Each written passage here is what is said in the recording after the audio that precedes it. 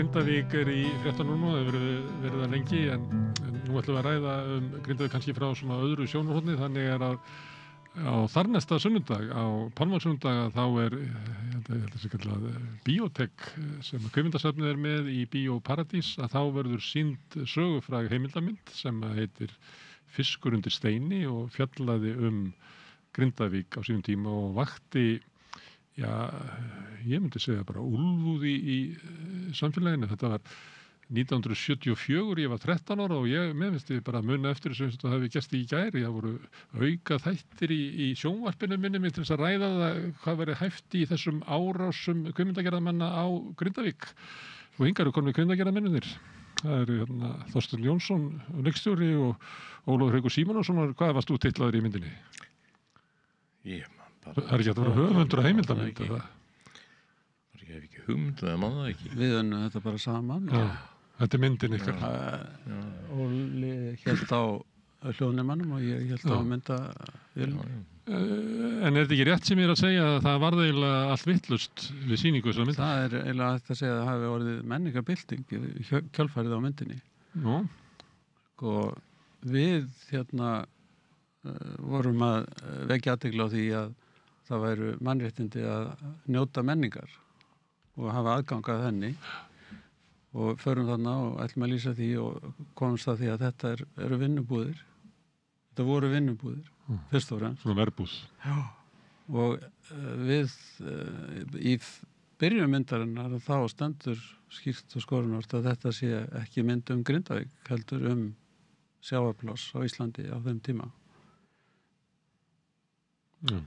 Og þá fara allir að stað að sýna þessi menningarpláss. Öll þorp og bæir út all land fara að stað að setja upp leiksýningar og halda málverkasýningar og ég veit ekki hvað. Og umræðan gekk í heilt ár. Myndin hafi valdið menningarbyltingu í þeim skilningi að það var verið að fara að ýta undir menningu í sjávarplássunum. Já, ég held að mér nú fullir það. Þetta var svolítil áminning það að eins og allir vita að lífið var ekki bara snúast fisk og einhverju fiski tengt, Það er margt annað sem að setur lit á tilveruna.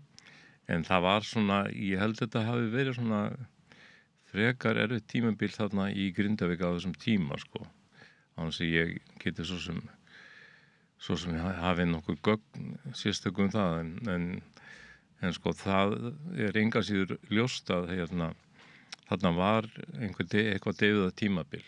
Það hafði verið þarna talsvert af listamönnum, þjóðþekktum síðar listamönnum sem komu til Grindavíkur sérstaklega í kjölfarið því að Kaldalón, læknir, hann var þegar Grindvíkingar skutu yfir hann skjólshúsi þegar að honum var eiginlega meinað að taka við héraðslæknisembættinu í Keflavík eins og tilstóð þegar Jónsson Hriflu skipaði hann héraðslækni og þá skutu Grindvíkingar yfir hann skjólshúsi og það var byggt yfir hann hús og allt það, og hann var náttúrulega þegar var þá orðinn þjóðþekktur sem tónsmiður og það síðan í kjölfarið á því streymdu til hans náttúrulega gestir, en þeir voru bara gestir þarna. En þá eru til þarna menningarverðmæti, bæði sem að við þekkjum í dag. Þarna voru þjóðþekktir síðar myndlistamenn, Gunnlaugur Skeving og Þorvaldur og fleiri sem komu þarna, og Halldór Laxness kom þarna í heimsókn til Kaldalóns og náttúrulega fleiri,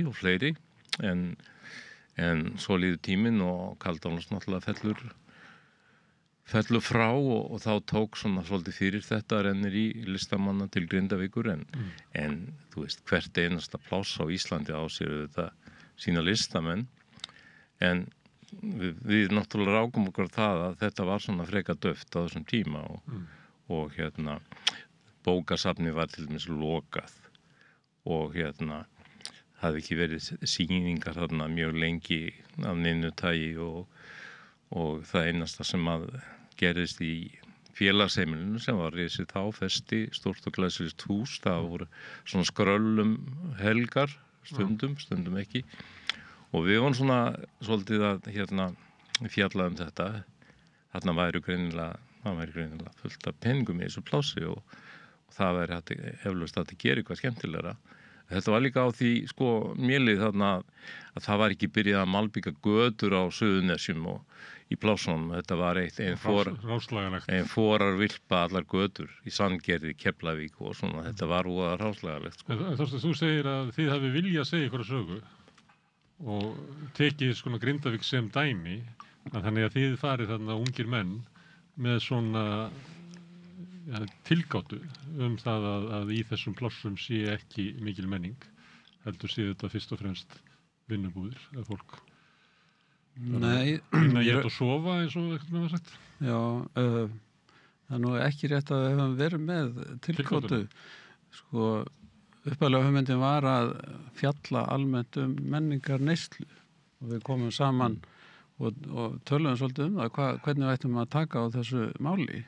Hvað væri menningarneysla, það var mikið talað þetta á Norðurlöndum og niðurstaðan var svo að við fórum í rannsóknarferð til Grindavíkur til að bara athuga hvernig var háttað menningarneyslu á svona dæmigerðum útgerðarbæ á Íslandi. Við fórum náttúrulega þangað vegna þess að það var styst. Það var engin peningar til að gera þessa mynd. Þetta var bara gert á svona amatörtæki og einfaldasta máta og sjónvarpið lét ekkert í þetta nema borgaði okkur kaup í, var ekki 2 mánuði. En er þetta framleitt af sjónvarpinu? Það er svona umdeilunlegt hver framleiti. Þeir borguðu þetta kaup og sköffuðu aðstöðu fyrir klippingu og hljóðsetningu. Sko, aðvíðandi fólk auðvitað í plássum, sko, fyrr og síðar, sko. Það auðvitað kemur inn í þorp eða borg og auðvitað sjá viðkomandi, sko, svona ákveðið yfirborð. En það getur verið með ýmsu móti og okkar aðferð var svo að við höfðum þarna sögumann, mann sem kemur bara með rútunni og gengur þorpið og skoða sig og myndin eiginlega segir frá því hvað hann sér. Þetta er túristi í Grindavík. Já, hvað hann heyrir og akkur bókasafnið lokað, akkur ekki að gerast í þessu stóra, flotta félagsheimili og einhver að spila hljóðfæri svona opinberlega og fleiri þeim dúr, sko. Og það verður fullt af peningum menn eru að byggja dýr og mikil hús, sko. Og þá fræg setning í myndinni, sko, skildi vera, ég man ekki nákvæmlega hljóðan orðana, en skildi vera hamingjusamt ástarlíf og bakvið svona dýra útihurð. Það var eitthvað í þeim dúr, þetta fór náttúrulega alveg kolskakt í Grindvíkinga. En þetta mörgulegt þetta merkilegu tími, 74, þarna skuttogaraðbyltingin sem verður í tíð vinstristjórnar 71 til 74, að það keyptir skuttogarar hringir í kringum landið, það uppbygging í sjávarútvegi á þessum áratug, 8. áratugum, að þá ekki fólksfækkun á landsbyggðinni miðað við höfuðborgarsvæðið, það eina skipti bara á 20. öldinni. Af því að fólk var að flykkjast út og þú veit að nefna dýr hús og við þekkjum þetta í sjávarbyggðunum, það oft svona aðeins ofar í byggðunum, að þá eru mjög stór einbýlishús sem eru byggð upp á þessu góðari sem að var á þessum tíma í sjávarbyggðunum. Voru þið þá einhvern veginn að hluta til að fjalla það að í þessu góðari að það væri kannski svona svolítið innihaldslaus uppbygging? Það vantaði eitthvað að þetta var... Það náttúrulega stór fullyrðing, sko, að líf annarra sé innihaldslaust, sko. Ég myndi aldrei treysta mér í slíka fullyrðingu, en það sko, á þessu tímabili, eins og Steini sagði, sko, þá komin til sögunar þetta hugtak menningarneysla.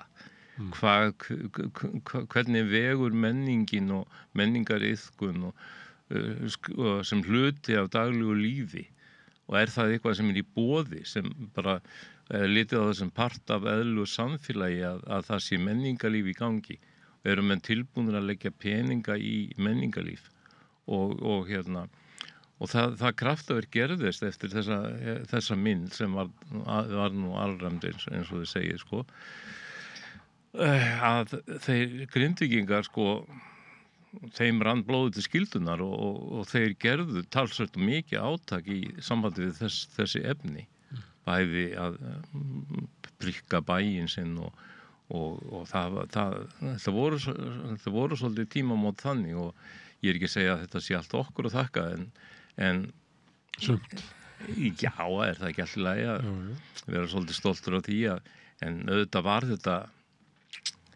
var þetta sko, það fannst mörgum að þetta væri svona högg fyrir niðan beltistað sko.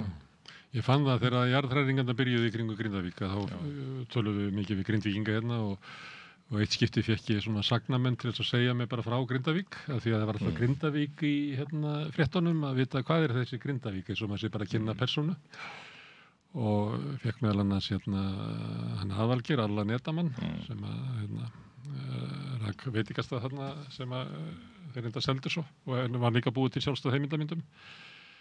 Ég fann það í hans frásögn hvað þessi mynd raunverulega stór þáttur að þó að hann væri kannski ekki að fjalla myndina, hann hafnaði henni, hann sagði að það hefði alltaf verið mikil menning í Grindavík sem að þessir ungu menn sem að koma að gera myndina hefðu ekki séð eða fundið. En ég fann það í frásögn hans að hann var að ávarpa myndina. Já. Það var staðan sem að þú ert að segja frá Grindavík að þá var svona kafla í sögunni, þá snýrðir að myndinni og ert að andmælenni. Þannig að það rosalega sem að þessi mynd sterk í bara sögu Grindavíkur. Þannig að En það eitt í sambandi við þessa mynd að hún sker sig úr í þeim myndum sem voru gerðar á þessu tímabili. Já. Sko, sjónvarpið það sendi fréttamenn og þáttagerðamenn út á land og það voru viðtöl við bæjarstjóra og það var talað um Malbik og það var talað um afrek bæjarstjórnarinnar og svo kemur allt í hennu þessi mynd og hún bara gerð eins og kvikmynd eins og sem sagt myndirna tala hvað að sjá hérna í þessum bæ og sjónarhornin lækkaði niður á svona venjulegan mann.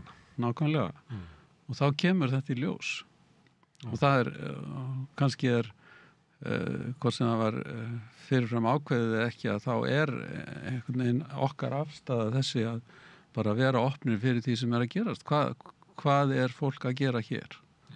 Hvað okkur sýnt hér? En hvers vegna ættu við að hlusta á það að kæmi ykkur drengir þarna úr 101 í Reykjavík að segja okkur hvernig lífið okkar þetta vera?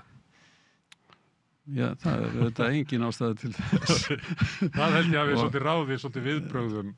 Hverjir eru þið? Það annað sem gerist líka, það Morgunblaðið sérstaklega og svona einhver hópur í kringum útgerðarmenn taka málið upp og ráðast með offorsi á myndina og níða okkur niður í löngum greinum og viðtölum og það þetta æsir upp líka.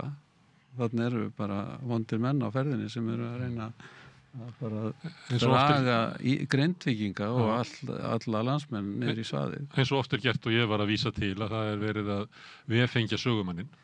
Það sé eitthvað, hann með annarlega hagsmunni eða hann bara sérfræðingur á sunnan. Já. En þið hafið þið búið eitthvað í sjávarþorpum? Já. Þú ert alveg upp í Vesturbænum eins og frægt ég náttúrulega ég var hluta æskunnar í Vestmannaeyjum og þekki mjög vel til á Snæfellsnesi, sjávarplássanum þar. Búið á Hellnum eða ekki? Já, og mitt fólk hefur verið í útgerði í sjómennsku í gegnum tíðina, þannig ég þekki þennan veruleika mjög vel, sko. En en stundum líka bara allt í lagi að hnippa dálítið hressilega í fólk.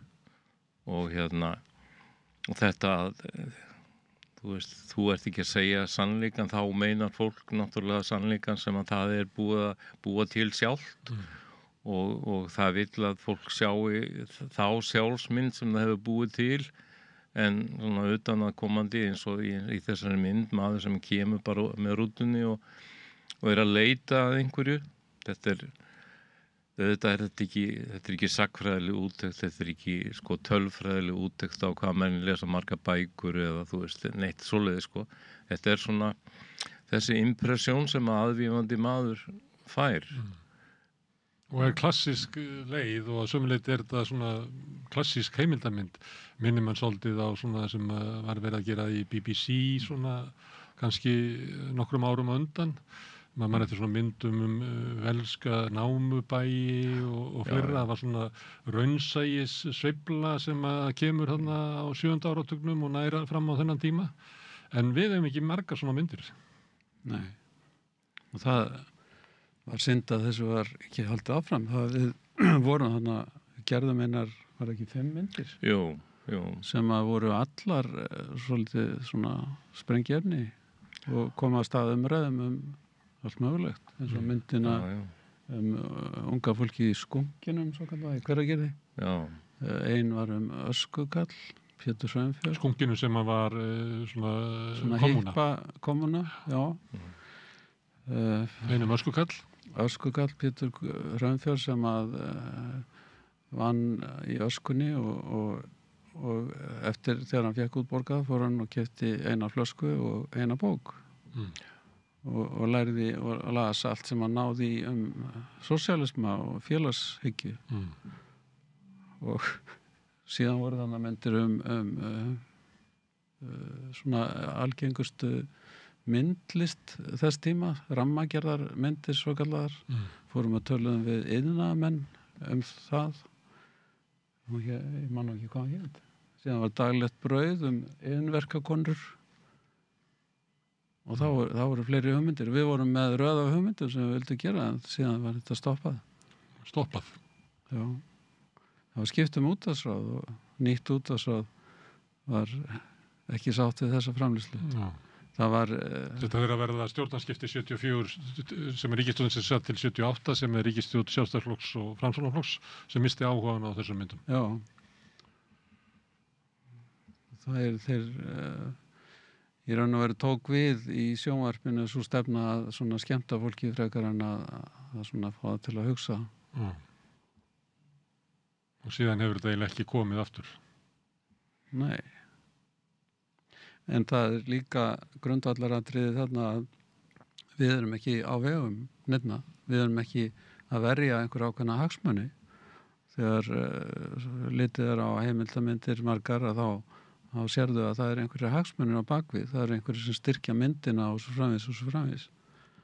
En þannig erum við algjörlega í raun og veru frjálsir. Að því að koma þarna og segja frá því sem við sjáum. Sem gerir þetta svolítið sérstakt. Það sem kom mest á óvart var voru viðbrögðin, þau voru svo ofsafengin og það var svona sigað á okkur helstu kanónum þjóðfélagsins til að svona kveða þennan ósóma alveg í jörðina og endanlega helst háskólarektor og fleiri svona mikil smetnir aðilar í þjóðfélaginu voru dregnin í sjónvarpssal til þess að svona brennimerkja okkur sem svona íkveikjumenn og líka þegar við gerðum þessa mynd Skunkinum, þetta fólk sem var svona að pröfa það að búa sameiginlega, eiga sameiginlegt halda sameiginlegt heimili, litla kommunu fyrir austan fjall. Það voru álíka svona ofsafengin viðbrögð. Það þurfti nú aldrei að kveða það í kútin að þetta væri möguleiki að bara eitthvað fólk rottaði sig saman og fari að búa saman í húsi, óskilt fólk og elda sameiginlega og borða sameiginlega mat og svo framvegis Þetta okkur Steina þótti þetta bara svona saklaust mála að kynna þennan lífsmáta sem svo sem, við vorum ekkert að finna upp hjólið í því sambandi, fólk hefur náttúrulega í gegnum aldirna búið saman að fólk af ólíku tagi, en þarna var árás og okkar gildi. Já, það var litið á þetta sem árás á svona borgarlegt líf og borgarleg gildi sem var alls ekki svo far át eins og krakkarnir segja En það ekki rétt munað hjá mér í svona þessu svarthvíta minni mínu frá þessu tíma var ekki umræðu þáttur fiskruti Steinu eftir það sem þeir voru svona teknir á teppið af mektarmönnum samfélagsins Aldeilis. Hverjum mættuðu þar? Munið það? Það var Magnús Bjartfræsson og Guðlaugur Þorvaldsson, háskólarektor. Já. Og þeir, Láta tuktuku til. já, þeir voru með svona dagskrá í raun og veru að sko þó að við vildum tala um að þetta væri svona einhver þverskurður af sjávarplássum og svona þessari vinnumenningu á Íslandi, að þá bendu þeir umræðunni að Grindavík, að við værum að ráðast á Grindavík og Tala Grindavík niður eins og verið sagt í dag. já, og glemdum þarna öllu því góða sem gerðist í Grindavík í myndlistinni og tónlistinni og Þetta verið fölsk mynd af Grindavík. já, vegna þess að, já, líka það við fórum ekki inn að tala við fólk og spyrja hvernig það hefði það og svona. Já, sérstaklega þið töluðu náttúrulega ekki við bæjarstjóran nú. Það náttúrulega, á þessum tíma var það mjög alveg mála. Það er ekki við toppan í bæjarsamfélagum. Þetta á þeim tíma sem að ríkissjónvarp er ennþá að þéra ráðherra Já, og það var eiginlega ekki tala við nema ráðherra og biskup og háskólarektor og það voru bara örfáir í samfélaginu sem höfðu rödd. já. Og yfirleitt fengu þeir að senda spurningarna sko á undan sér inn í sjónvarp. Ráðherrar og það er slíkir. En þið urðu fyrir því það sem heitir að verða fyrir aðkasti. Ég er búin að gleyma þess bara. Jú, þetta má kalla það. Þegar fengið í ykkur nokkra staksteina og Já, jú. það allt saman. Ég heyrði mann sem var laminn í klassu í Keflavík vegna þess að einhver hélt að hann væri ég. Ég lenti aldrei inn einu. Nei. Og Umræðan var samt svona óvægin að það var verið að halda þið fram að þið værið algjörir vitleysíkar. Já. Já. Það var verið að reyna að ná af ykkur svona mannorðinu. Já. Það er aðferðin sem er notuð. Já. Og líka þetta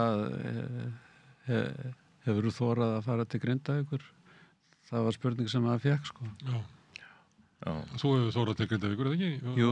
Varst ekki með sýningu á myndinni einhvern tímann? Jú, en það er nú löngu síðar, sko. Já. Það kom mér mjög óvart að þeir vildu sjá hana.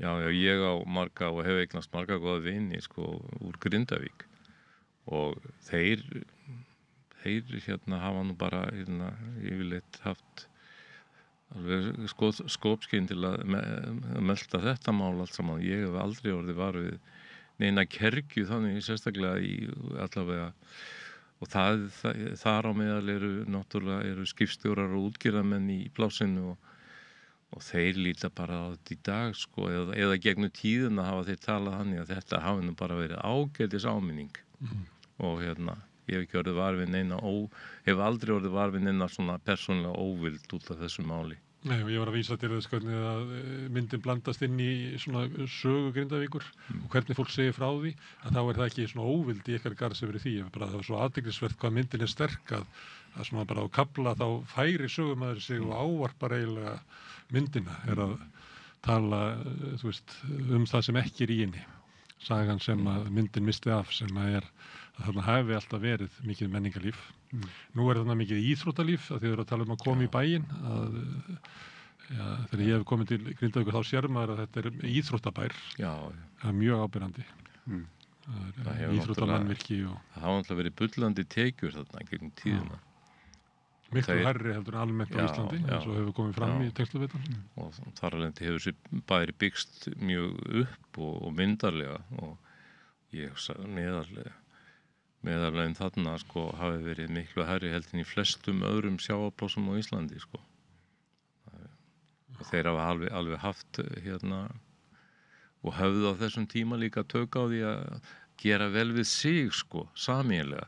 En það var eins og það hefur verið alltaf mikill svona einstaklingsmórall og þetta hefur verið eitt af sterkustu vígum sjálfstæðisflokksins og ég held að hver einast... Þetta var sá bæri sem að miðflokkurinn vann mest á í síðustu sveitarstjórnarkosningum.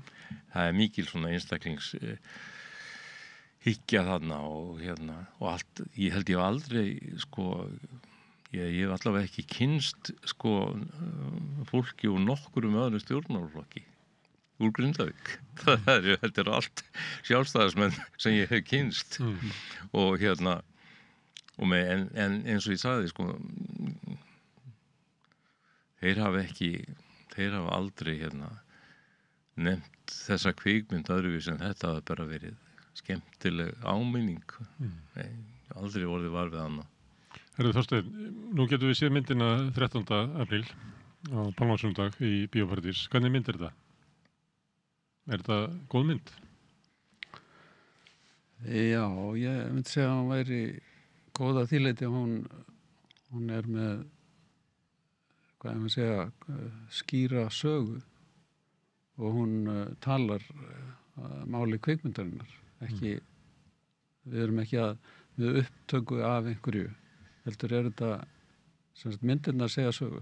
Það er svona voice over sögumæðurinn sem stillir okkur inn. Hann kemur með svona sínar upplifanir en myndin svona segir sögu sko í myndrænt og ég held að það sé líka fróðlegt að sjá það líka fyrir þá sem er að vinna í kvikmyndum að það hefur smátt og smátt orðið breyting á tjáningunni í kvikmyndum og þá á ég við bæði heimildarmyndir og leiknarmyndir að þetta er erfitt að útskýra þetta en í raun og veru erum við að fara frá því að myndin tali yfir í það að myndin sé upptöku vel svona einhvert auga upp í horni á herbergi sem sér hvað er að gerast. Þannig að þetta sem við og ég lærði í kvikmyndaskóla að nota kvikmyndina eins og tjáningatæki eins og rithöfundurinn notar texta. Þannig ég var að sjá Grindavík í gegnum myndauga þitt. Já, það er svolítið að hverfa og í staðinn kemur þetta bara við erum með auga sem horfir á eitthvað sem er að gerast og einhverjir aðilar er að gera eitthvað sem okkur þykir merkilegt eða ekki og aðalega er það þetta er frægt fólk sem er að gera eitthvað og verður þar að leiðandi merkilegt vegna þess að það er að gera það. Þetta er svona breyting sem ég sé á þessu tímabili sem maður hefur fyrst með kvikmyndum. Svo er eitt, ef maður sér myndin í dag býst ég við að maður sé að sjá heim sem er horfinn og það er til svo lítið af myndefni frá þessu tíma, auðvitað þessum að við lifum í dag það sem er til eiginlega mynd af sumir eiga mynd af öllum máltíðum sem við höfum að borða sko, frá því að fengum sér farsípa það er til svo ógrynni af myndefni í dag, en á þessu tíma er það ekki mikið. Nei, og það var þannig að þegar við birtust með myndavél og upptökutæki þá vakti það athygli, það tók allir eftir því eins og í Grindavík. Ég held að það hefði ekki farið til leynt. Við vorum þeir einu sem voru að taka myndir. Þannig að myndir á þessu tíma þá fá það líka fyrir utan að maður þetta meta sem verk, en þá er það líka eins og minjar. Já. Já. Þannig að það gæti verið áhugavert að horfa á hana á þess að maður sé neitt að hugsa myndina. Heldur bara að njóta þess að sjá eiginlega tíma sem er einhver leyti liðinn. Já.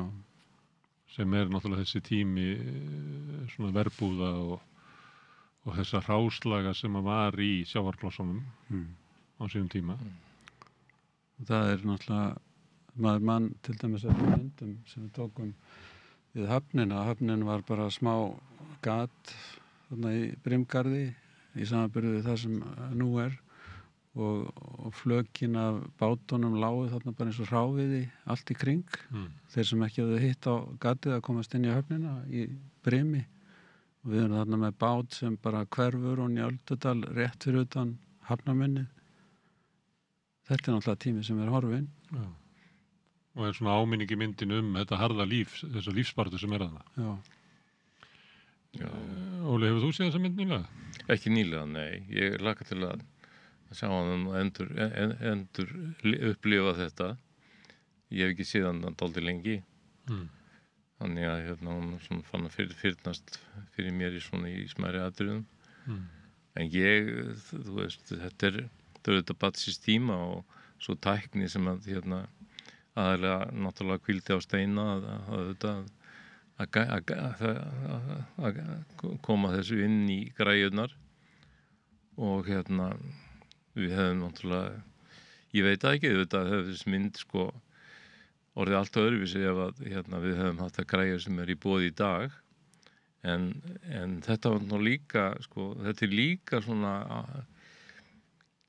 ákveðin sko partur af partur af pródúktinu. Það er þessi einfaldleiki sem það er í, sem að græjurnar buðu upp á.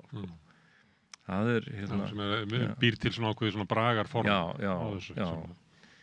Og og þetta er svona, en sko okkar ætlan var einfaldlega svo að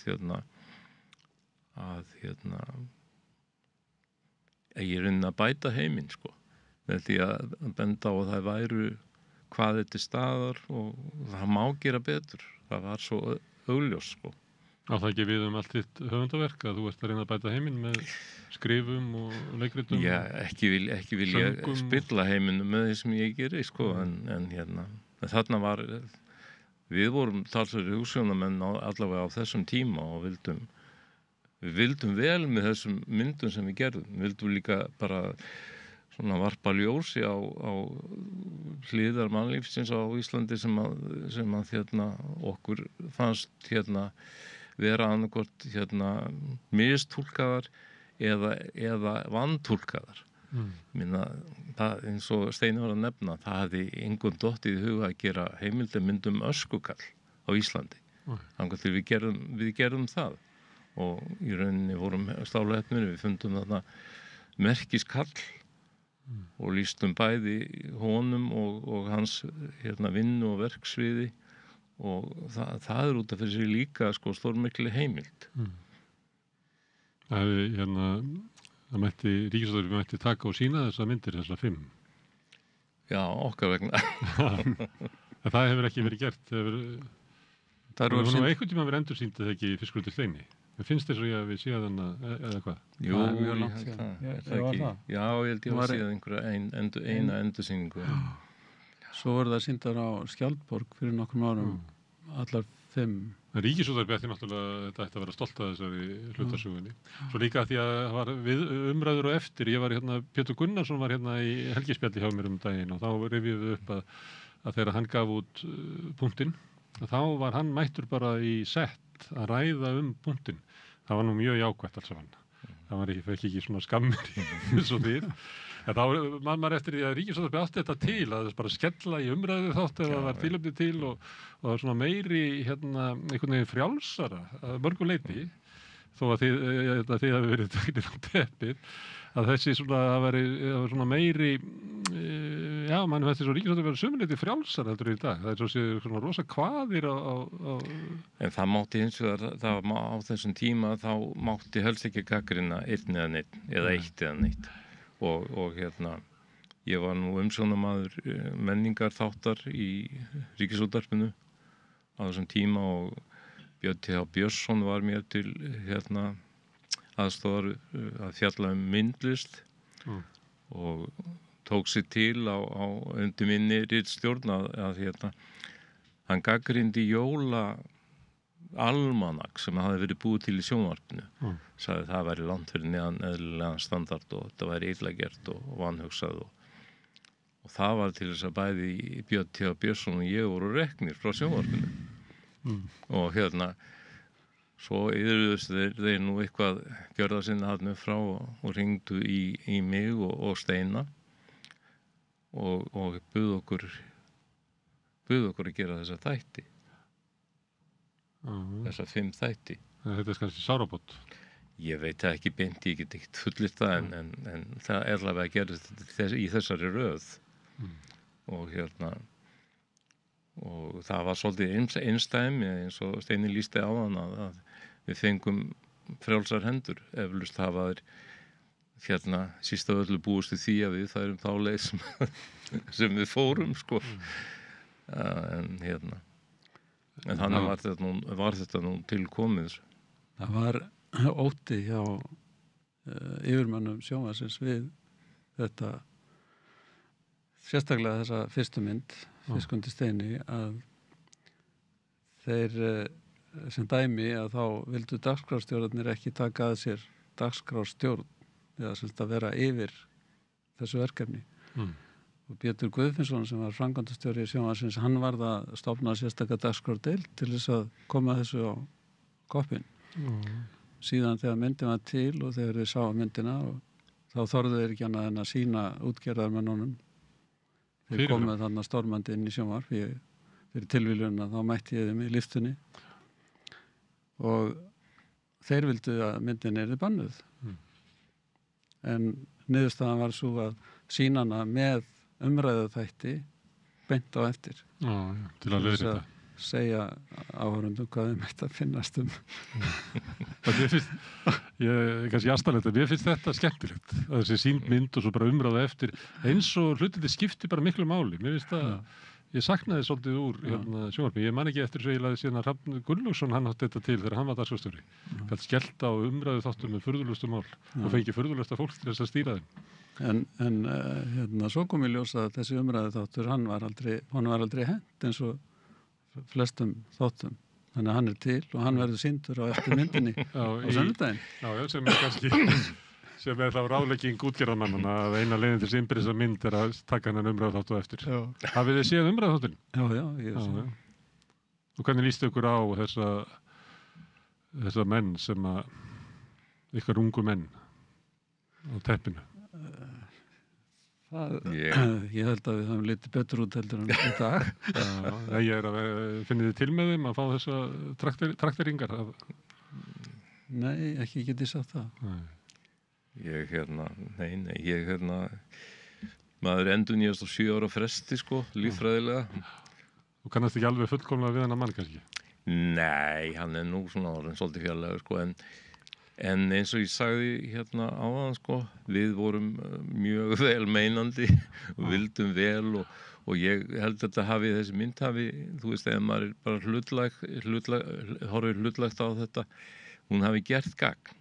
Ég er alveg sannfærður það. En það var mikil hiti í Ríkisútvarpinu þegar þú varst að tala á það, þá líklega á svipuðum tíma þá var ekki Olga Guðrún að lesa uppreisnina á barnaheimilinu? Jú. Og það kostaði nú aldeilis skammir fyrir hana? Já.